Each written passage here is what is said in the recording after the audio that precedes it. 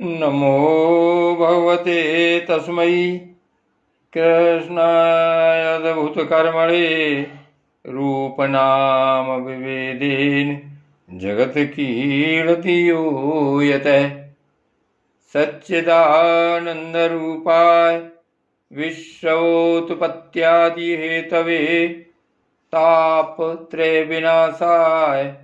श्रीकृष्णाय वयं नुमः नमामि हृदये शेषे लीलाक्षीराब्धिसायनं लक्ष्मीसहस्रलीलाभिसेव्यमानं कलानिधिम्।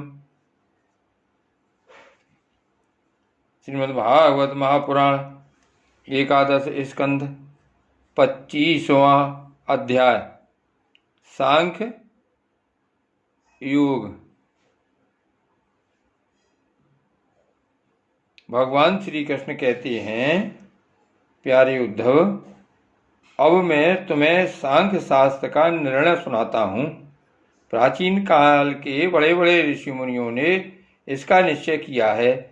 जब जीव इसे भली भांति समझ लेता है तो वह भेद बुद्धि मूलक सुख दुखादि रूप भ्रम का तत्काल त्याग कर देता है। युगों से पूर्व प्रलय काल में, आदि सतयुग में और जब कभी मनुष्य विवेक निपुण होते हैं, इन सभी अवस्थाओं में यह संपूर्ण दृश्य और दृष्टा जगत और जीव विकल्प शून्य किसी प्रकार के भेदभाव से रहित केवल ब्रह्म ही होते हैं। इसमें संदेह नहीं कि ब्रह्म में किसी प्रकार का विकल्प नहीं है। वह केवल अद्वितीय सत्य है। मन और वाणी की उसमें गति नहीं है। वह ब्रह्म ही माया और उसमें प्रतिबिंबित जीव के रूप में दृश्य और दृष्टा के रूप में दो भागों में विभक्त सा हो गया। उनमें से एक वस्तु को प्रकृति कहते हैं। उसी ने जगत में कार्य और कारण का रूप धारण किया है। दूसरी वस्तु को, जो ज्ञान स्वरूप है, पुरुष कहते हैं। उद्धव जी, मैंने ही जीवों के शुभ अशुभ कर्मों के अनुसार प्रकृति को क्षुब्ध किया। तब उससे सत्व, रज और तम ये तीन गुण प्रकट हुए। उनसे क्रिया शक्ति प्रधान सूत्र और ज्ञान शक्ति प्रधान में तत्व प्रकट हुए। वे दोनों परस्पर मिले हुए ही हैं। मैं तत्व में विकार होने पर अहंकार व्यक्त हुआ।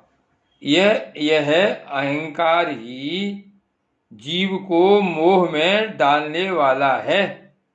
वह तीन प्रकार का है, सात्विक, राजस और तामस। अहंकार पंच तन मात्रा, इंद्रिय और मन का कारण है। इसलिए वह जड़ चेतन उभयात्मक है। तामस अहंकार से पंच तन मात्राएं और उनसे पांच भूतों की उत्पत्ति हुई है तथा राजस अहंकार से इंद्रियां और सात्विक अहंकार से इंद्रियों के अधिष्ठाता 11 देवता प्रकट हुए। ये सभी पदार्थ मेरी प्रेरणा से एकत्र होकर परस्पर मिल गए और इन्होंने यह ब्रह्मांड रूप अंड उत्पन्न किया। यह अंड मेरा उत्तम निवास स्थान है। जब वह अंड जल में स्थित हो गया, तब मैं नारायण रूप से इसमें विराजमान हो गया। मेरी नाभि से विश्व कमल की उत्पत्ति हुई।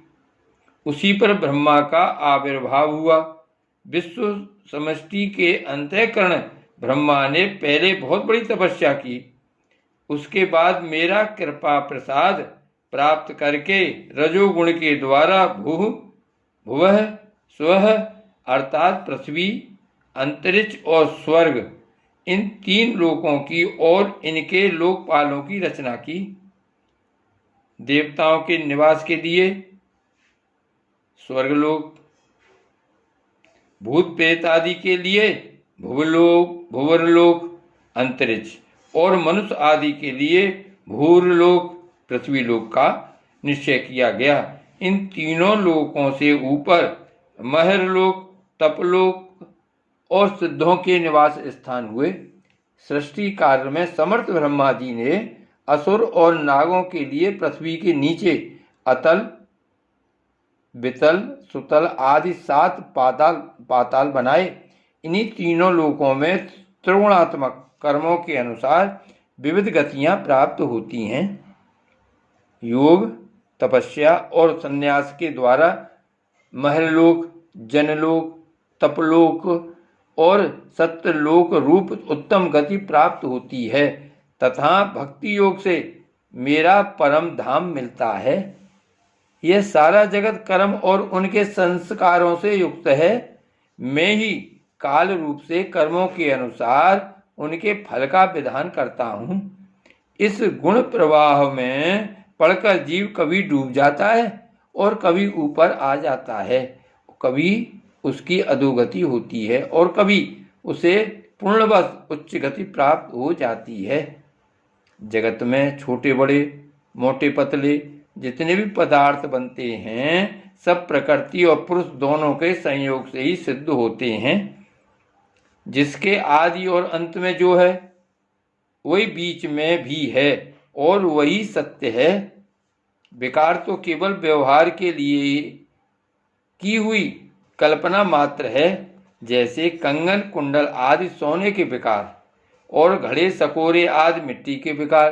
पहले सोना या मिट्टी ही थे, बाद में भी सोना या मिट्टी ही रहेंगे, अतः बीच में भी वे सोना या मिट्टी ही हैं।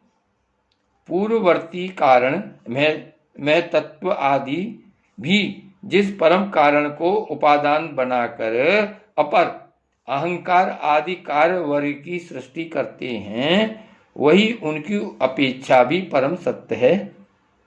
तात्पर्य यह है कि जब जो जिस किसी भी कार्य के आदि और अंत में विद्यमान रहता है वही सत्य है। इस प्रपंच का उपादान कारण प्रकृति है, परमात्मा अधिष्ठान है और इसको प्रकट करने वाला काल है।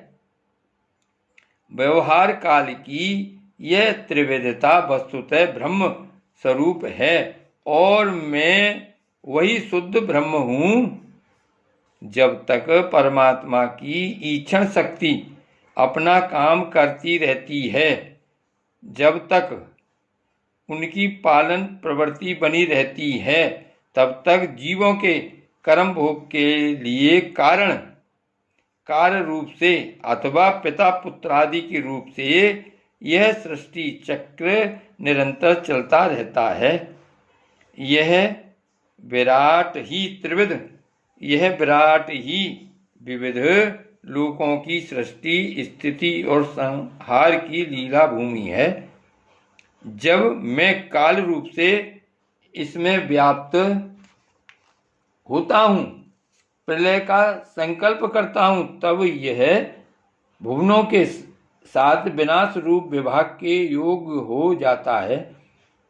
उसके लीन होने की प्रक्रिया यह है कि प्राणियों के शरीर अन्न में, अन्न बीज में, बीज भूमि में और भूमि गंध तन मात्रा में लीन हो जाती है।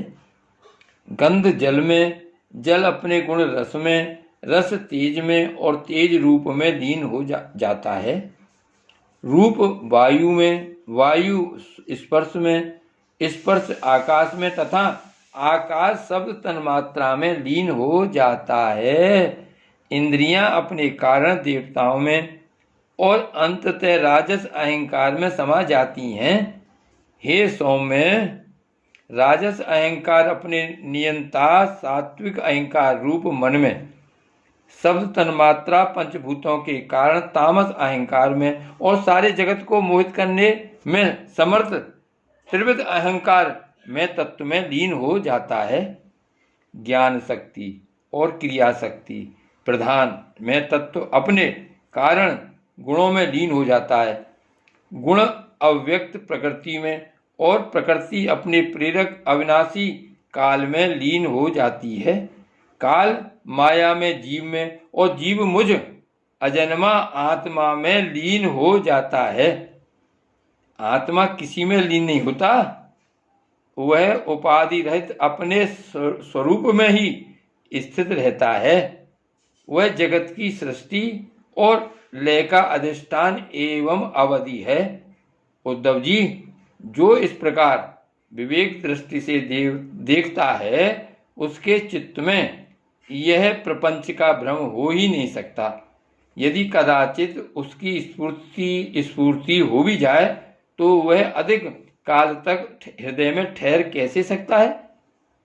क्या सूर्योदय होने पर भी आकाश में अंधकार ठहर सकता है?